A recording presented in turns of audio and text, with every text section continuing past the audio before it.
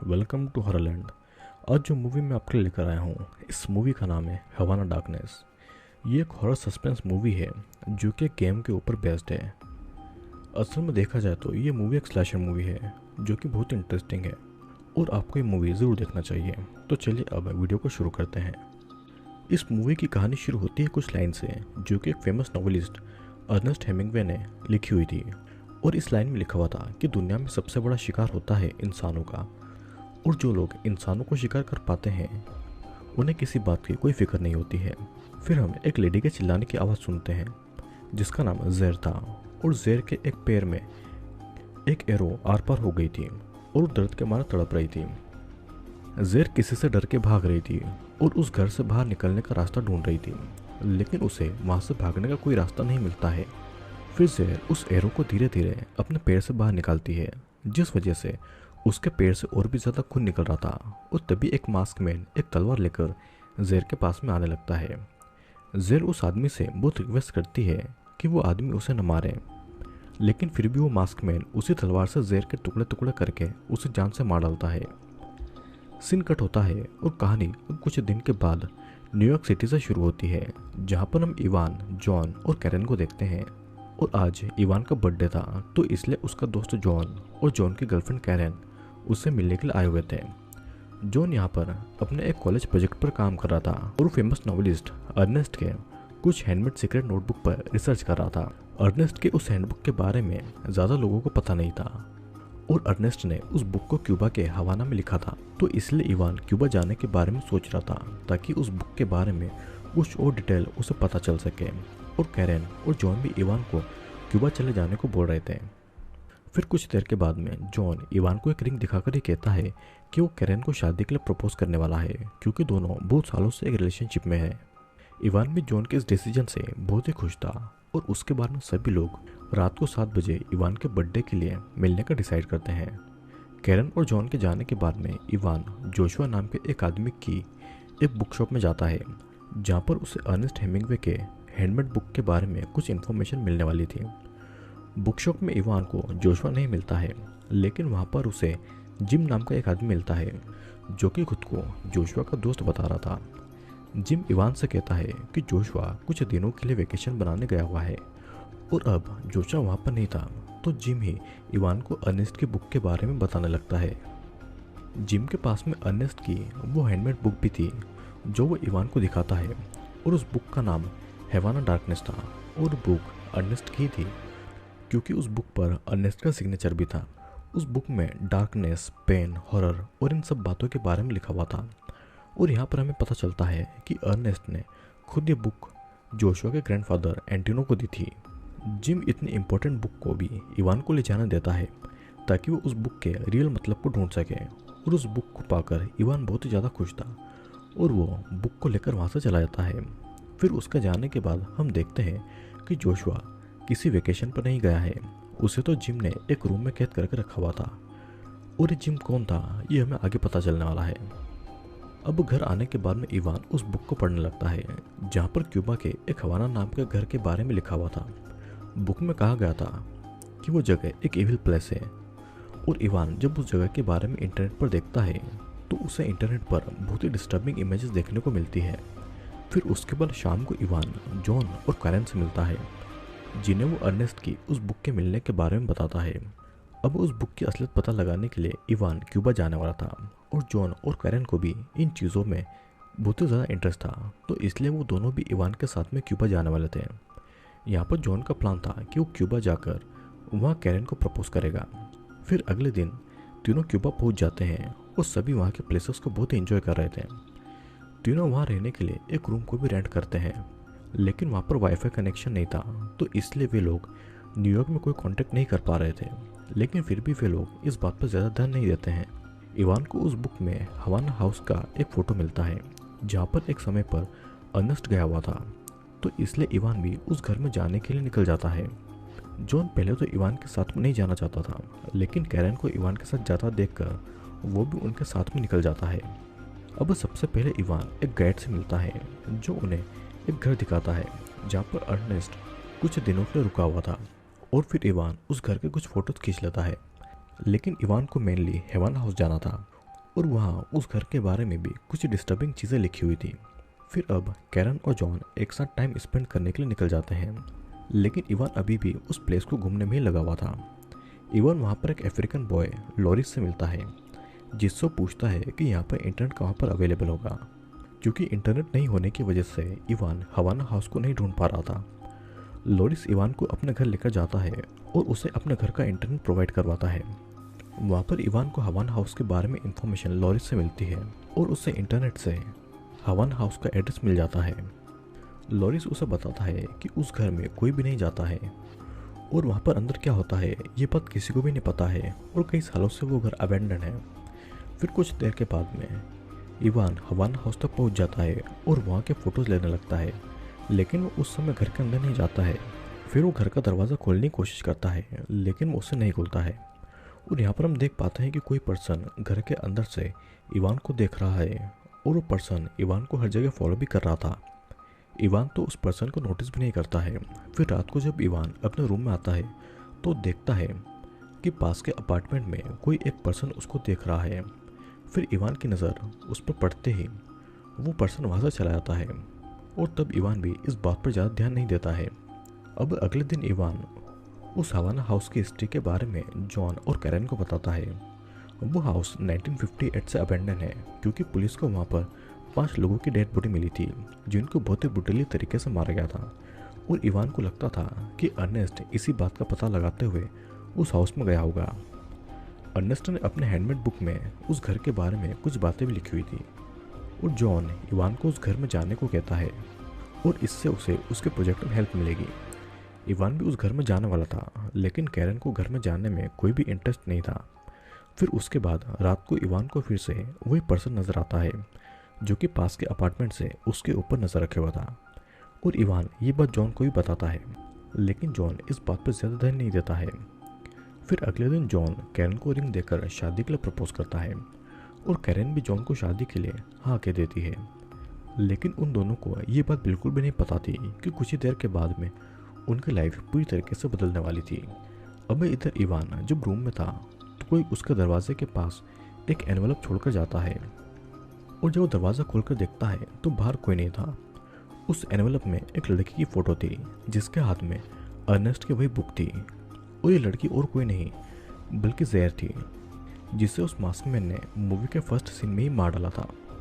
तभी वहाँ पर जॉन और कैरन आते हैं और इवान से अपने एंगेजमेंट की बात शेयर करते हैं, लेकिन इवान को उनकी बातों में कोई भी इंटरेस्ट नहीं था। इवान उनको वही फ़ोटो दिखाता है और अब इवान को लग रहा था कि कोई उसे जानबूझकर उस घर में भेजना चाहता है और हर समय कोई उसके ऊपर नज़र रखे हुए भी है। ऊपर से पास के अपार्टमेंट का वो आदमी हर रात को घंटों तक उनके रूम की तरफ देखता रहता है। लेकिन कैरन और जॉन को ये बातें भी नॉर्मल लग रही थी और इस बात को लेकर कैरन और जॉन इवान से थोड़ा नाराज़ हो जाते हैं। फिर उसके बाद इवान उसी हवाना हाउस में जाता है और लड़के की फ़ोटो के साथ उस घर को मैच करने की कोशिश करता है, जिससे कि उसको पता चलता है कि वो फ़ोटो उसी घर के बाहर ली गई थी। इवान ये बात जाकर जॉन और कैरन को बताता है और इवान के मुताबिक वो लड़की भी अर्नेस्ट की उस बुक की मिस्ट्री को सॉल्व करने के लिए उसी घर में गई थी और अगर अभी बुक उसके पास में है तो लड़की कहाँ पर होगी और क्या अब तक उस लड़की को उस घर की मिस्ट्री के बारे में पता चला होगा। इवान की ये सारी बातें सुनकर कैरन बहुत ही ज़्यादा गुस्सा हो जाती है, क्योंकि वो तो यहाँ पर वैकेशन मनाने और अपने एंगेजमेंट को सेलिब्रेट करने के लिए आई थी। लेकिन इवान की इन बातों की वजह से वो दोनों कोई भी चीज़ एंजॉय नहीं कर पा रहे थे, तो इसलिए कैरन अब अपना घर जाना चाहती थी। इवान भी अब उस हवाना हाउस में जाना चाहता था, तो इसलिए कैरन और जॉन उसके साथ में उस घर में चले जाते हैं ताकि एक बार से ही इवान के सारे डाउट क्लियर हो जाए और उसके बाद में वे लोग अपना वेकेशन एंजॉय करेंगे। इवान जब उस दिन आया था तो वहाँ का डोर लॉक था, लेकिन जॉन एक ही बार में डोर के लॉक को खोल देता है और उसके बाद तीनों घर को एक्सप्लोर करने लगते हैं। तीनों जब एक रूम के अंदर जाते हैं तो रूम का डोर अचानक अपने आप ही बंद हो जाता है और तीनों उस डोर को खोलने की बहुत कोशिश करते हैं, लेकिन वो डोर अब नहीं खुलता है।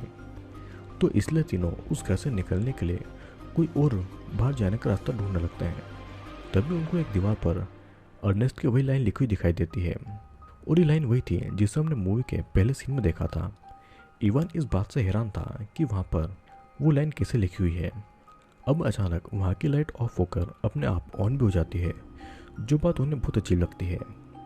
फिर एक एक करके फिर से लाइट ऑन ऑफ होने लगती है और उन्हें वहाँ पर कुछ साइन मिलते हैं जो कि उन्हें किसी तरफ जाने को बोल रहे थे। फिर तीनों उन्हीं साइन को फॉलो करके एक रूम तक आ जाते हैं। कैरन और जॉन उस रूम में घुस जाते हैं और इवान उस रूम के बाहर रुकता है। फिर अचानक रूम का डोर लॉक हो जाता है और लाइट भी ऑफ हो जाती है। जॉन और कैरन डोर को खोलने के लिए इवान से हेल्प मांग रहे थे, लेकिन इवान भी उस डोर को नहीं खोल पा रहा था। अब अचानक रूम की लाइट ऑन हो जाती है और अंदर जॉन और कैरन को कुछ मास्क किलर दिखाई देते हैं जिनके हाथों में हथियार थे। और तभी वहाँ पर लगे हुए स्पीकर से एक अनाउंसमेंट होती है। अनाउंसमेंट करने वाला आदमी उन्हें कहता है कि उनके पास में 60 सेकंड है वहाँ से अपनी जान बचाने के लिए, और अगर वे नहीं भाग पाए तो वे लोग उनका शिकार बन जाएंगे। उसी समय रूम के अंदर का एक डोर खुलता है जहाँ से कैरन और जॉन भागते हैं और सभी मास्क किलर उन तीनों को मारने के लिए उनके पीछे पड़ जाते हैं। इवान बाहर जाने का रास्ता ढूंढते हुए एक रूम तक आ गया था जहाँ पर एक वेंटिलेशन था।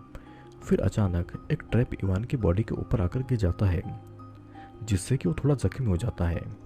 तभी एक मास्क किलर इवान को मारने के लिए उसकी तरफ आने लगता है, लेकिन तब तक इवान ने खुद को उस ट्रैप से छुड़ा लिया था और वो अब मास्क किलर से बचकर भागने लगा था।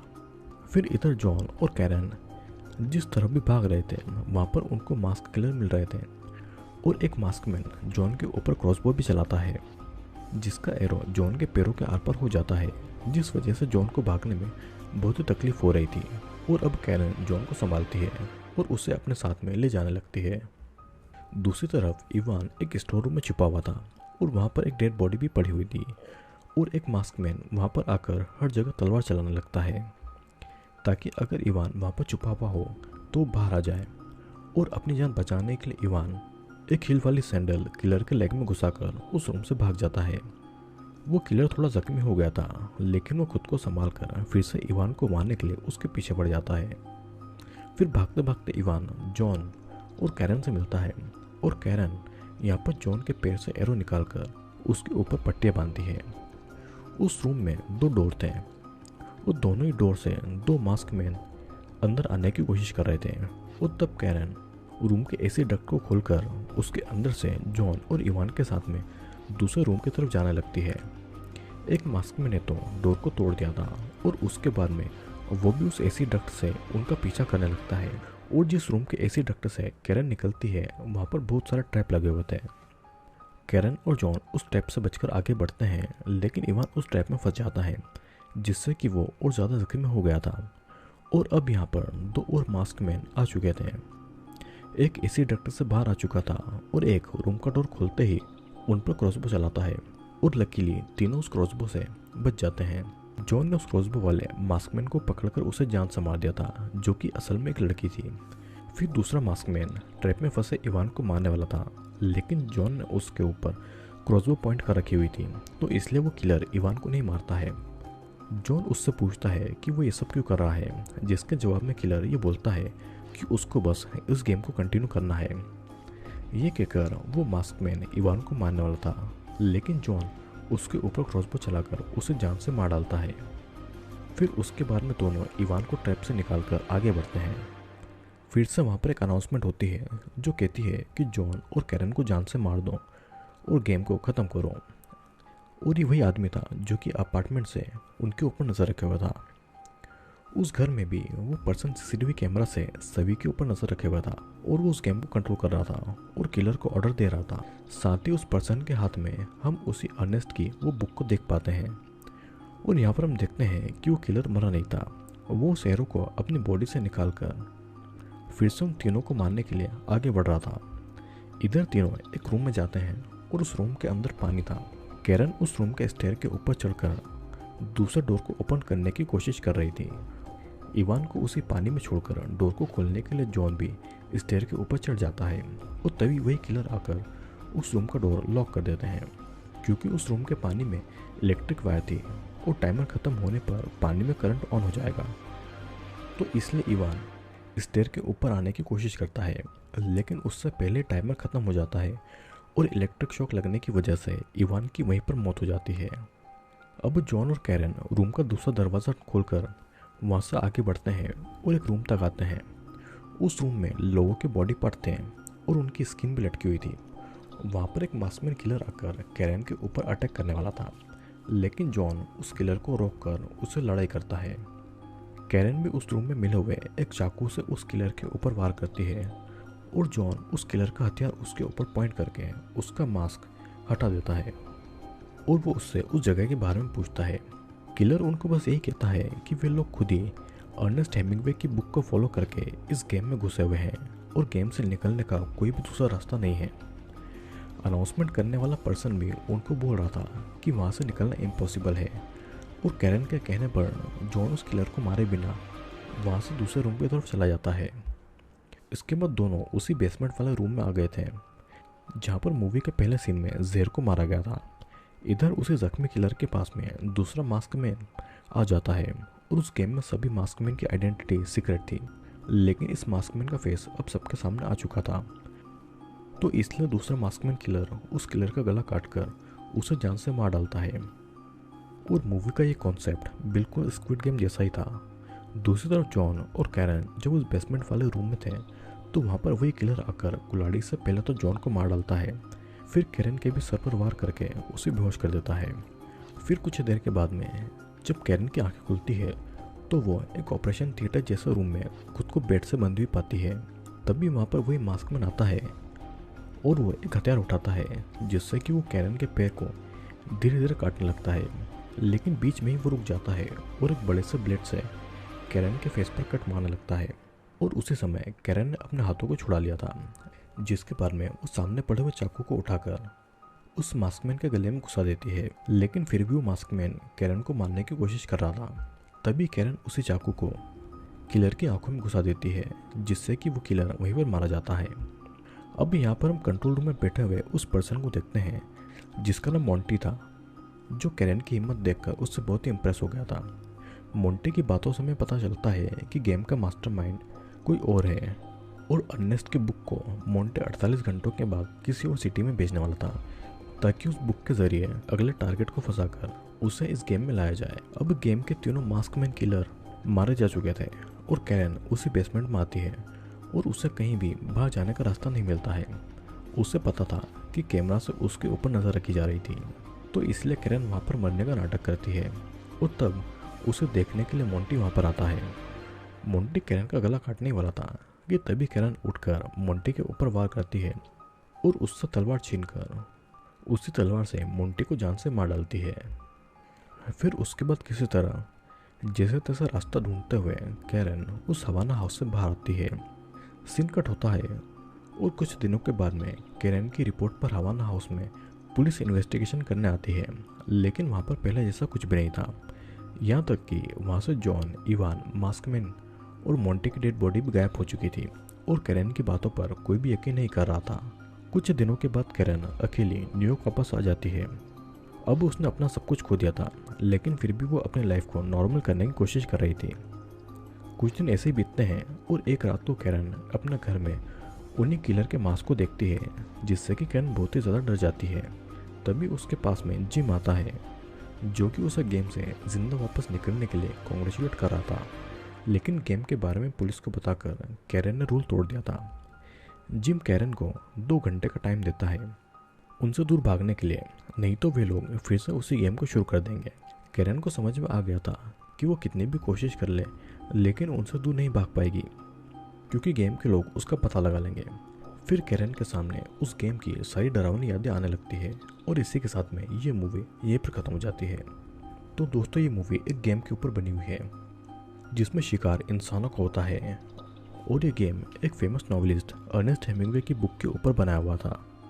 इस गेम का असली मास्टरमाइंड कौन था ये किसी को भी नहीं पता था और जिस किसी को भी अर्नेस्ट हेमिंग्वे की वो हैंड रिटन बुक मिलती थी वो उस गेम में फंस जाता था।